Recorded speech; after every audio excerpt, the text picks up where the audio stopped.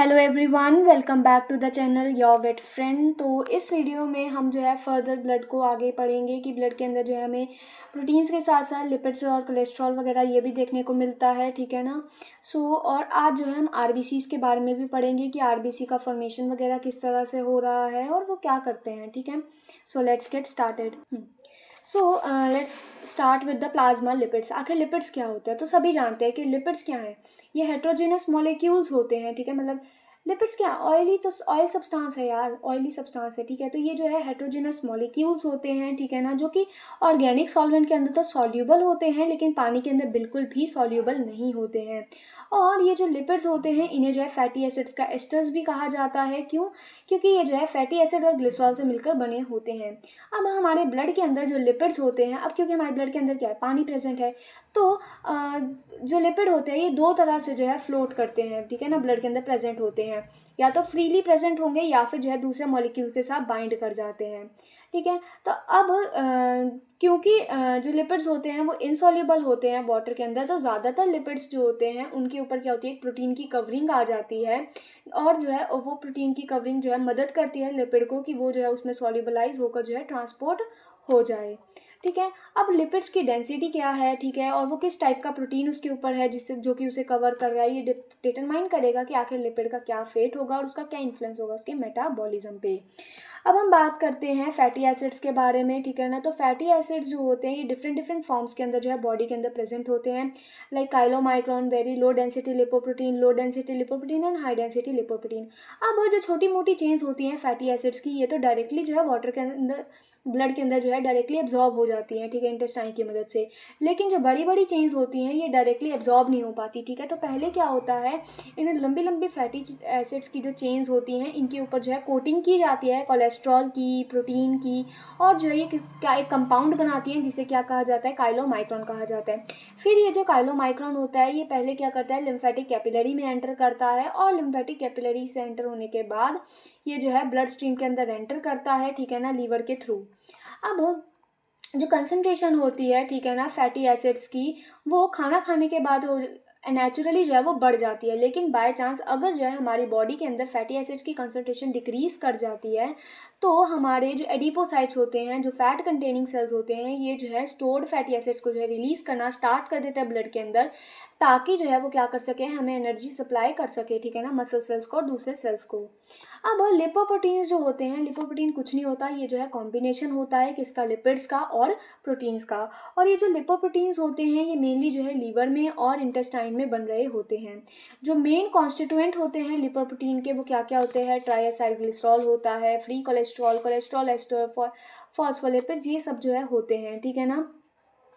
अब लिपोप्रोटीन्स जो होते हैं इनके पास क्या होता है, डिफरेंट डिफरेंट प्रोटीन कंपोनेंट होते हैं। उन डिफरेंट डिफरेंट प्रोटीन कंपोनेंट्स को क्या कहा जाता है, एपोप्रोटीन्स कहा जाता है, जो मदद करता है लिपिड्स को कि वो जो है सॉल्युबलाइज हो जाए ब्लड के अंदर और जो है उसको इजीली ट्रांसपोर्ट किया जाए, सर्कुलेट किया जाए, ठीक है। सेंट्रीफ्यूगेशन, जब हम ने सेंट्रीफ्यूगेशन की, ठीक है, तो डेंसिटीज के बेसिस पे लिपोप्रोटीन्स को जो है क्लासीफाई किया गया as chylomicron, very low density lipoprotein, low density lipoprotein and high density lipoprotein.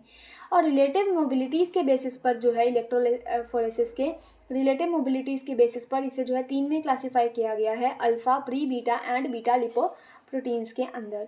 अब हम बात करेंगे कि आखिर इन सब का क्या क्या काम होता है, ठीक है। तो सबसे बड़ा अगर बात की जाए तो काइलोमाइक्रोन्स जो होते हैं वो सबसे बड़े लिपोप्रोटीन्स होते हैं, ठीक है। इनका काम होता है ट्राइग्लिसराइड को जो है ट्रांसपोर्ट करना, ट्राइग्लिसरॉल्स को ट्रांसपोर्ट करना, ठीक है ना, लीवर के अंदर, ठीक है।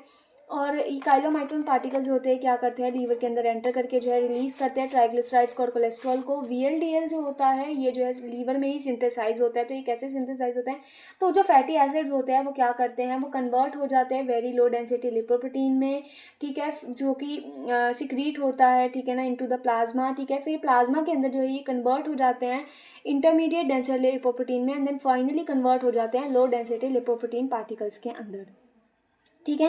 वीएलडीएल जो होता है ये क्या करते हैं, ये भी ग्लिसरॉल्स को, ट्राइग्लिसरॉल्स को जो है ट्रांसपोर्ट करते हैं, ठीक है। तो काइलोमाइक्रोन क्या करते हैं, ये ट्राइग्लिसरॉल्स को रिलीज करते हैं लीवर के अंदर, ठीक है। अब वहाँ से वीएलडीएल जो होता है वो ट्राइग्लिसरॉल को ट्रांसपोर्ट करता है पेरिफेरल टिश्यूज़ के अंदर। एलडीएल जो होता है ये क्या कहा, ये जो होता है मेन ट्रांसपोर्टर होता है जो कि ट्रांसपोर्ट करता है कोलेस्ट्रॉल को, ठीक है ना, पेरिफेरल टिश्यूज़ में, ठीक है। इसे जो है बैड कोलेस्ट्रॉल कहा जाता है। क्यों? क्योंकि ये ब्लड के अंदर जो है कोलेस्ट्रॉल लेवल को बढ़ा रहा होता है। एचडीएल जो होता है ये भी लीवर द्वारा ही सिंथेसाइज किया जाता है। ये क्या करता है, ये ब्लड के अंदर कोलेस्ट्रॉल लेवल को, ठीक है ना, ब्लड से पेरिफेरल टिश्यू से कोलेस्ट्रॉल लेवल को रिमूव करने का काम कर रहा होता है। ठीक है। और जो है लीवर के अंदर जाकर ये जो है बाइल में एक्सक्रीट करवाता है, ठीक है, बाइल एसिड्स की फॉर्म में। इसीलिए इसे जो है क्या कहा जाता है, गुड कोलेस्ट्रॉल भी कहा जाता है। आखिर कोलेस्ट्रॉल है क्या, जिसके बारे में अभी हम पढ़ रहे हैं कि ये गुड कोलेस्ट्रॉल है या ये बैड कोलेस्ट्रॉल है? तो ये कुछ नहीं है, ये भी एक लिपिड वैक्सी स्टेरॉइड है, ठीक है ना, जो मोस्टली हमें सेल मेम्ब्रेन्स के अंदर हमें देखने को मिलता है, ठीक है ना। और जो ये ब्लड प्लाज्मा के अंदर ट्रांसपोर्ट होता है ऑफ द एनिमल्स, ठीक है। अब कोलेस्ट्रॉल जो होता है ये एक एसेंशियल कंपोनेंट है, ठीक है ना, सेल मेम्ब्रेन का। मतलब कि हमारी जो सेल मेम्ब्रेन है वो इसी से बनी हुई है, और ये जो है सेल मेम्ब्रेन की परमेबिलिटी को, फ्लूइडिटी को मेंटेन कर रहा होता है। साथ ही साथ कोलेस्ट्रॉल जो होता है ये एक इंपॉर्टेंट प्रिकर्सर है। मतलब कि कोलेस्ट्रॉल से ही जो है विटामिन D3, स्टेरॉइड हार्मोन और बहुत सारे फैट सॉल्युबल विटामिन वगैरह जो है सिंथेसाइज किए जाते हैं, जैसे कि प्रोजेस्टेरोन, ठीक है ना, जैसे कि कॉर्टिसोल वगैरह, और सेक्स हार्मोन जैसे कि प्रोजेस्टेरोन, एस्ट्रोजन, ठीक है। अब सेल मेम्ब्रेन के अंदर क्या होता है, कोलेस्ट्रॉल जो होता है ये इंट्रासेलुलर ट्रांसपोर्ट, मतलब कि दो सेल्स के बीच में ट्रांसपोर्टेशन का काम करता है, सेल सिग्नलिंग में मदद कर रहा होता है, नर्व कंडक्शन में मदद करता है। तो ये सब किसकी वजह से हो रहा है, कोलेस्ट्रॉल की वजह से ही हो रहा है, ठीक है। कोलेस्ट्रॉल ये बहुत ज़्यादा ज़रूरी होता है, ठीक है ना, और हमें, और जो है मेनली ये हमारी बॉडी के अंदर ही सिंथेसाइज होता है। बहुत कम कंट्रीब्यूशन होता है कोलेस्ट्रॉल का डाइट से।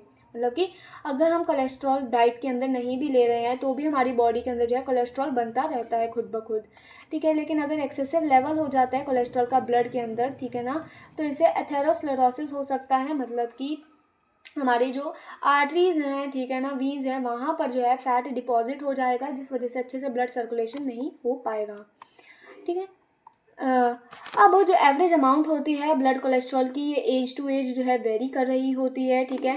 हाइपरलिपिडीमिया क्या होता है, जब ब्लड कोलेस्ट्रॉल का लेवल बढ़ जाता है ब्लड के अंदर, ठीक है ना।